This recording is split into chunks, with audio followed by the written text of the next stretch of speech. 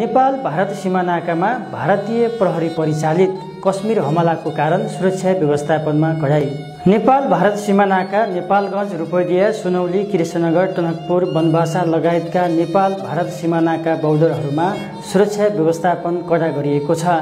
गत अप्रिल 22 तारिक मंगलबारका दिन कश्मीरमा भएको हमलापछि इन्डो नेपाल सीमामा भारतीय एसएसबी सशस्त्र सीमा बलको सुरक्षा व्यवस्थापन कडा गरिएको हो। रूपैडिया लगायत नेपाल भारतका सबै सीमानाकाहरू बोर्डर भएर आउने जाने दुवै देशका सबै सवारी साधन र नागरिकहरूको चेक जाँचमा कडाई गरिएको छ।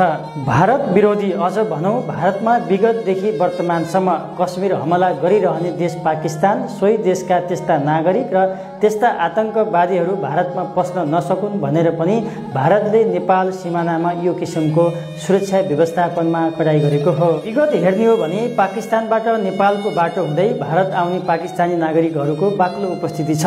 कतिपय नेपाल सीमामै पक्राउ परेको खबर त तपाई हामीले हेर्दै र सुन्दै आइरहेका छौं। भारत पाकिस्तानको युद्धले नेपाललाई भने ठूलो चोट पुग्ने अनुमान गरिएको छ, जसका कारण भारतबाट आयात हुने खाद्य सामग्री लगायत पेट्रोलियम पदार्थदेखि सबै मानव जातिका लागि प्रयोग हुने भोग चलनका सामग्री रोकिन सक्नेछन्।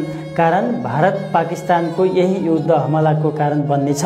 त्यसैले नेपाल भारत सीमानाका केही समय बन्द हुन सक्ने ठूलो आशंका पनि पैदा भएको छ। विज्ञहरूका अनुसार भारतको कुकर्मको लागि धेरै पाकिस्तानीहरू नेपालको बाटो हुँदै भारतमा आएर हमला गरिरहेको जानकारीमा उल्लेख गरेका छन्। पाकिस्तानीहरू भारत आउने बाटो नेपाल नै हो। यदि नेपालबाट भारत आउन नसके त्यस्ता आतंकवादीहरू भारत पाकिस्तान सीमानाका बोर्डर पार गरेर पनि भारतमा हमला गरिरहेका छन्। यसरी यो बेला भारत नेपाल यात्रा गर्ने हरेक नेपालीहरूले अनिवार्य रूपमा आफ्नो परिचय पत्र खोल्ने, नेपाली नागरिकता लगायत आफूलाई चिनाउने कागजात साथमै बोकेर हिँड्न गोवा नेपाली टिभी सपरिवार सबैमा हार्दिक अनुरोध गर्दछौं। यसरी भारतले सीमानाकामा गरिएको सुरक्षा व्यवस्थापनलाई सकारात्मक रूपमा हेर्ने हो भने यो सुरक्षाले नेपाललाई पनि सुरक्षित बनाउने अनुमान गरिएको छ। दैनिक रूपमा रोजगारको सिलसिलामा भारतमा आउने जाने नेपाली नागरिकहरूको लागि सुरक्षाको हकमा निकै राम्रो प्रभाव पर्ने देखिएको छ। यसका लागि यसरी रोजगारीको सिलसिलामा भारतमा आउने जाने नेपाली नागरिकले अनिवार्य रूपमा आफ्नो साथमा आफ्नो परिचय खुल्ने नेपाली नागरिकता वा पासपोर्ट राख्नुपर्नेछ।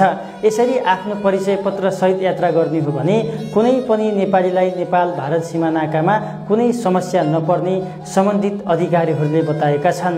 नेपाल भारत सीमानाका खुकुलो हुनु, कुनै हमला हुँदा सुरक्षा व्यवस्थापनमा कडाई हुनु भनेको नेपाल भारत सम्बन्ध भाइचाराको सम्बन्ध छ भन्ने पनि बुझिन्छ। किनभने नेपाल भारत एक परिपूरक देश हुन्। भारतमा रोजगार छ, नेपालमा बेरोजगार नेपाली नागरिक छन्। ती बेरोजगार नेपाली नागरिकलाई चाहिएको रोजगार हो। रोजगारीको लागि भारत आउनु पर्ने नेपालीको रहर होइन, बाध्यता छ। यसकारण पनि नेपाल भारत सीमानाका सधैँ सरल र सुरक्षित छ। परिआएको बेला मात्रै विद्रोही देशको आक्रमण रोक्न यसरी बेला बेला हमला हुँदा सुरक्षा व्यवस्थापनमा कडाई गरिएको मात्र हो।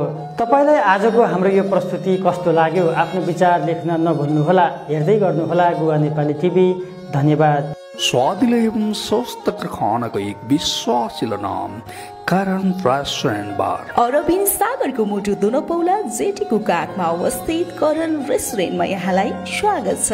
अरबियन सागरको मनोरम दृश्यसँगै तपाईँ आफ्नो साथी र परिवारसँग मिठो र स्वास्थ्य खानामा रमाउन सक्नुहुनेछ।